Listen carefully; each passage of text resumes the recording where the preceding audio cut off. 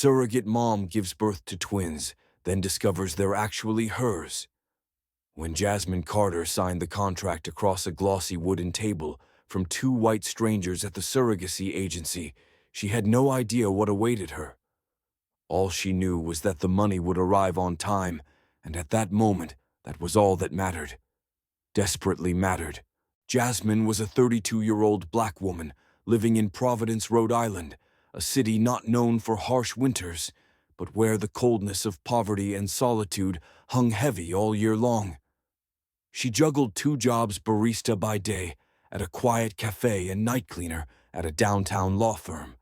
She once had dreams of studying interior design, of shaping spaces the way she wished someone could shape her life, but those dreams had faded, tucked away with student loan bills and the silent departure of a man who had taken her self-worth with him. So when she saw the flyer outside the women's clinic, become a surrogate, help a family, start fresh, she paused, not because she didn't know what it entailed, but because for the first time in years, something inside her said, "This feels right." The couple she was about to help were the Whitmores, Caroline and Andrew from Boston, just over an hour's drive away, yet a world apart. Wealthy, refined, polished. Caroline had sleek blonde hair and a voice like a whisper. Andrew was a quiet, sharp-eyed resident physician, often glancing at his wife for approval before speaking. "They're wonderful," the agent whispered before taking Jasmine into their first meeting. "They just want a complete family." Caroline teared up the moment Jasmine nodded her agreement.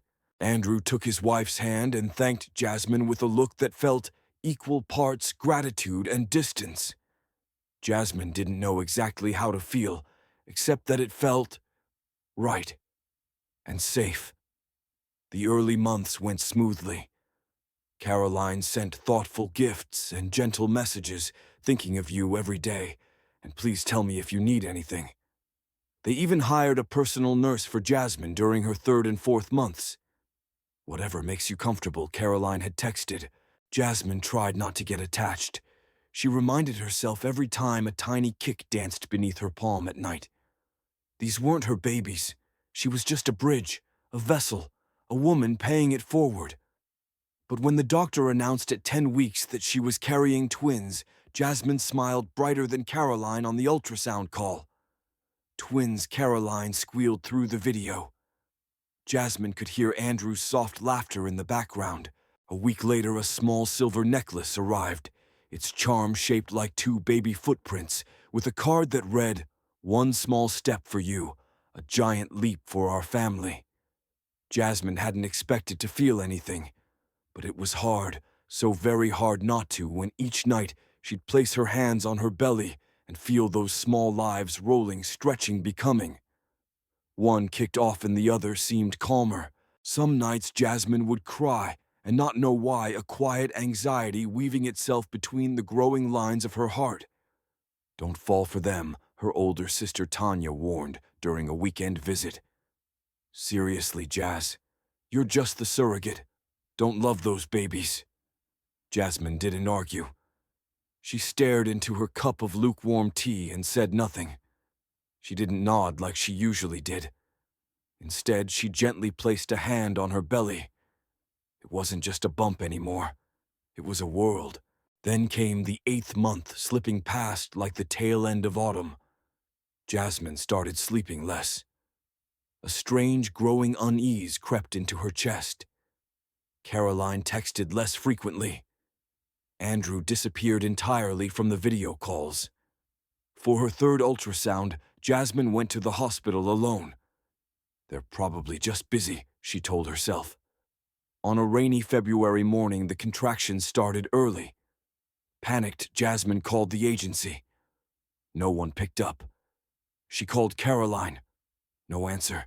The message threads were still open. No one had blocked her. Yet silence stretched long and hollow between each bubble of blue text. As the nurses wheeled her into the delivery room, she murmured to one of them between gasps of pain, "The parents, they're on their way, right?" No one answered. At 4:18 a.m., the The first baby, a boy, entered the world with a quiet, trembling cry. 2 minutes later, his brother followed, stronger, louder. Jasmine lifted her head just enough to catch a glimpse of both. One was being wrapped in a blanket. The other lay for a second against her chest before being gently lifted away. "Are the parents here yet?" she asked again.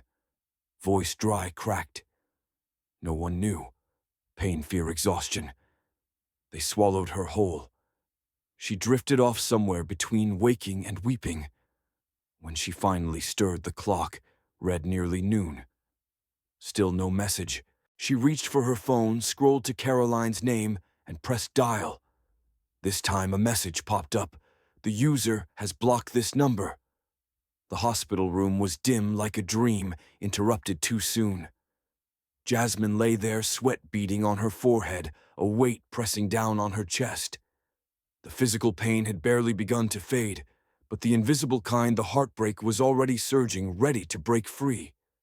No message, no familiar footsteps. No one came. By late afternoon, the atmosphere in the ward had turned still thick with something unspoken. Nurses moved with careful steps, avoiding her eyes. One of them, a middle-aged woman with salt and pepper hair, gently pulled the curtain closed and stepped inside. "Miss Carter," she said softly, like a breeze brushing past. "Dr. Feldman would like to speak with you. Privately, if that's all right." Jasmine nodded, heart pounding. A part of her already knew. The rest still hoped foolishly, maybe, but hoped all the same. Dr. Feldman entered, a stack of papers in hand, and eyes behind his glasses filled with hesitation. "They're not coming," he said. "We've called, emailed, even used the emergency contact line. But they haven't responded," Jasmine asked, barely holding back tears. Not just that. The doctor paused. "They've sent formal notice through their attorney. They're refusing custody of the twins." The air seemed to vanish from the room. Everything tilted. Collapsed with just one sentence. "They said, this isn't what they expected." Jasmine sat frozen. Not what they expected? Dr. Feldman nodded and placed the paperwork on the bedside table. When they were notified the twins were born, they asked for photos. After receiving them, they severed all communication, then sent legal documentation terminating their rights. Jasmine closed her eyes. In her mind, she heard those cries again, soft, trembling, defiant. Not what they expected. As if the babies were mismatched items in a wrong delivery. That night she stood by the nursery window, staring through the glass at two tiny boys lying side by side, one wrapped in a pale blue blanket, the other in a white onesie covered in little bears. One of them stirred and unknowingly placed his hand on his brother's chest. Her heart ached. "They still don't have names," a nurse murmured beside her. "Your file says you're the gestational carrier. That's all we have." Jasmine said nothing. She couldn't. Her thoughts were tangled, too loud, too full. "Would you like to hold them?" the nurse asked, as if seeking permission for something sacred. She hadn't planned to say yes, but the words slipped out anyway. Yes. When the nurse placed the twins in her arms, every defense Jasmine had built crumbled. One baby drifted into sleep, head nestled under her chin. The other hiccuped like a kitten. She held them close, and tears slid down her cheeks, quiet, constant, like the first rain of spring. No one had wanted them, except her. The next morning, a social worker came to see her.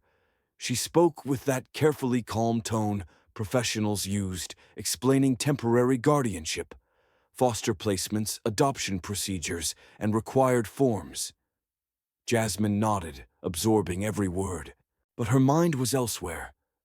She looked at the babies sleeping peacefully in their bassinets. Something felt wrong, not just abandonment, something deeper, instinctual. They looked like her. It wasn't just the skin tone, it was the eyes. The slight frown, just like Tanya's. A dimple that matched her cousin's when he cried. even the curve of the ear just like her mother's. At 6 a.m., she asked a nurse for a mirror. She sat there examining herself, then turned to stare again through the glass at the two babies. Too similar, too perfect a match. She grabbed her phone and called the agency. No one picked up. She tried again, sent emails, still no answer. The next morning, she wrapped a scarf around her head, pulled on a long coat, bundled the boys into a borrowed stroller, and drove straight to the surrogacy agency office in downtown Boston. When she pushed open the door, the receptionist looked startled. "Jasmine, we didn't expect you. No one's returning my calls. We were told the Whitmores terminated the contract." "They're not the parents," Jasmine said coldly. "Those babies look exactly like me. Every feature." She stepped forward, locking eyes with the woman behind the desk. "You used the wrong sample. Your clinic or your partner lab made a mistake. That sperm wasn't Andrew's. Those are my children. I want a DNA test." The receptionist blanched. I'm not authorized to. Then I'll get a lawyer." And she did. A small law firm in South End took her case pro bono. They petitioned the hospital for DNA testing on Jasmine and the boys. The Whitmores refused to provide anything. They ignored the court order. 10 days later, the results were in. 99.98% biological match. Jasmine dropped the report onto her tiny kitchen table and cried silently, uncontrollably.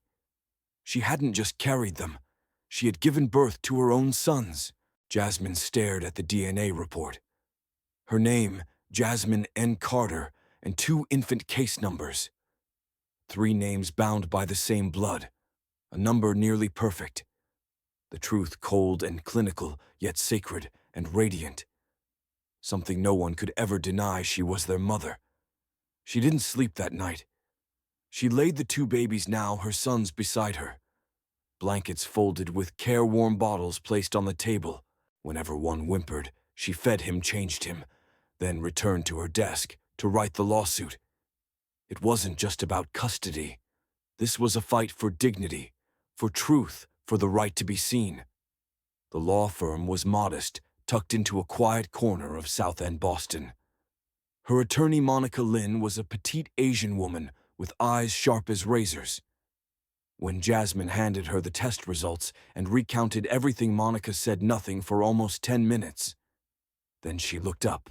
"You don't just have a right," she said. "You have a story that could shake a system." Jasmine exhaled, not with relief, but with hope. They filed suits against the fertility clinic, the agency, and the Whitmores, alleging medical negligence, contract fraud, abandonment, and defamation of character. The story quickly drew local media attention, not because it was scandalous, but because it was human. A raw, painful reminder of how systems can fail in the most personal ways. In court, Caroline Whitmore appeared once cold, meticulously groomed, as if attending a silent ball. Andrew did not come. Their attorney argued, "My clients have no legal obligation. They are not biologically related." The contract was voided due to third-party breach. Jasmine nearly laughed. "Third party," she thought. "That's my flesh and blood." The clinic blamed a rare mishap in sperm sample handling. A faceless error, no apology. The trial lasted 3 weeks. Jasmine was there every day, exhausted, sometimes needing friends to watch the boys, but never absent. She brought photos, prenatal notes, voicemail logs. She spoke in a low but unwavering voice about the night she gave birth alone, about the first time she held the babies, about the suspicion that slowly became certainty. On the final day, Monica presented 2 photos. One was of baby Jasmine, 6 months old, asleep in her mother's arms. The other showed the 2 boys, newborn, curled up together, each with the same dimple on their left cheek. "Your Honor," Monica said, her voice echoing softly but powerfully. "This is not a property dispute. This is about the right to be called mother. about a system's failure, but more than that, about human conscience. No one spoke, and no one needed to. 1 week later, the court declared Jasmine Carter is the sole and legal mother of the twins. The clinic was ordered to pay damages. The Whitmores were stripped of all parental rights. All official documents were to be corrected to reflect their true lineage. The courtroom applauded a rare thing in legal halls. A nurse who had been present at the birth cried quietly in the back. The court reporter looked up and smiled. Reporters rushed forward, but Jasmine simply bowed her head, cradled her sons, and said, "We just want to go home." On the way back, Monica asked, "Have you picked names?" Jasmine looked at the boys, one sucking his thumb, the other fast asleep. "Malachi and Micah," she whispered. "One will bring healing, the other light." Life didn't get easier overnight. But for the first time, every hardship felt worth it. Jasmine returned to her night job at the city courthouse. By day, she juggled daycare drop-offs and bus rides. She pushed an old stroller up city steps, learning motherhood from scratch. No books, no guides, just heart. Every 3 a.m. diaper change every bleary morning, she told herself, I chose them, and they chose me. When the boys turned 1, Jasmine sold her old engagement ring from a past love to buy a used laptop. Malachi began tapping rhythms on the table. Micah sat for hours by the window, staring at the moon and asking about the stars. Every night Jasmine wrote. She kept a journal of every laugh, every cry, every time they said, "Mama." The small apartment on Elm Street was always filled with warm yellow light, the smell of morning porridge, and the soft sound of lo-fi music humming from an old speaker. Jasmine still worked night shifts as a cleaner. Some days she came home and fell asleep, right there on the floor, head resting on the kitchen table. But every morning, without fail, she rose, kissed her sons on the forehead, and whispered, "Good morning, my loves." She never told them about the Whitmores. She didn't need to. Instead, she told them other stories, that they had arrived through a special journey, and that they were the most beautiful surprise life had ever given her. Malachi loved music. He could turn 2 spoons into a symphony. Micah was fascinated by light. He'd sit by the window for hours, counting stars and asking, "Why does the moon follow us?" Mama Jasmine saved every penny for them: preschool tuition, their first pair of shoes with laces, a second-hand Lego set Micah had quietly longed for. There were no vacations, no name brands. But there was love, so much love, it filled every corner of their tiny home. She also began writing a blog, small and anonymous, chronicling her motherhood journey. She didn't use her real name, just signed each post as an unexpected mother. No one knew who she was, but thousands followed. Some wrote, "I'm a single mom too. Your words made me feel less alone." One day she received a handwritten letter from a mother in Canada. "Your story gave me the courage to keep the baby I almost didn't." Jasmine didn't reply to every message, but she kept them all tucked away, like threads connecting hearts that would never meet. When the twins turned 7, the school held a talent and gratitude night. Each child was invited to perform something for the person they were most thankful for. Jasmine had no idea her sons had signed up. That night she wore the simplest dress she owned. Her hair was tied neatly, and her hands trembled in her lap as she sat in the front row. Micah stepped onto the stage first. He held a folded piece of paper. His voice shook, but his eyes were steady. "The bravest person I know is the one who gave birth to me, the one who held me when no one else came, the one who gave me a name when no one wanted to call me anything, the one who stayed not for money, not for obligation, but because love began in a place no one could see." Jasmine stifled a sob. No one in the audience had dry eyes. Micah looked up, searching for her face in the crowd. His voice softened. "My mom isn't just my mom. She's the beginning of everything good I've ever known." As Micah stepped down, Malachi took the stage with a small keyboard. He said nothing, just gave a little nod, sat, and began to play a lullaby. The same melody Jasmine once hummed in the hospital rocking chair when she held two nameless boys in her arms, not yet knowing they were her own. As the music floated through the hall, Jasmine cried, not from sadness, but because every lonely night, every silent ache had somehow transformed into this small, perfect song beneath her son's fingers. After the show, a woman approached her. "You probably don't remember me," the woman said, voice trembling. "I used to work at the surrogacy agency. I handled the DNA files." Jasmine took a cautious step back. Her heart pounded. The Whitmores, they knew, from the very beginning. When they received the baby's photos, they panicked. They said having black children would ruin their family image. And they ordered us to erase all contact.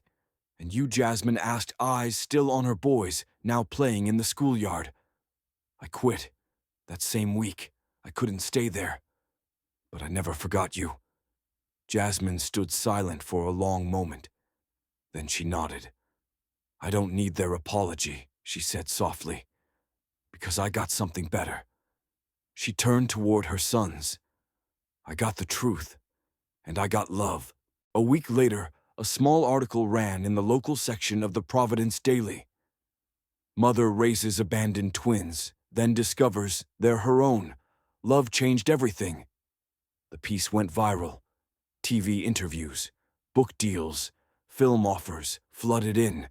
Jasmine declined them all, except for a short radio interview with a local station. When asked, "Do you ever regret keeping them, even when no one stood by you?" Jasmine smiled gently. "I didn't have a plan. I just had love, and I chose love every single day, for no other reason than it was right." Years later, the lights in the concert hall at the Boston Conservatory glowed golden. Malachi performed his first original piano piece on stage. Micah stood at a podium holding the draft of his first paper on astrophysics. Jasmine sat in the front row, her hair now silver at the edges, her frame thinner, but her eyes brighter than ever. The two young men scanned the audience until they found her, and together they said, "Everything we are began with a woman who didn't walk away."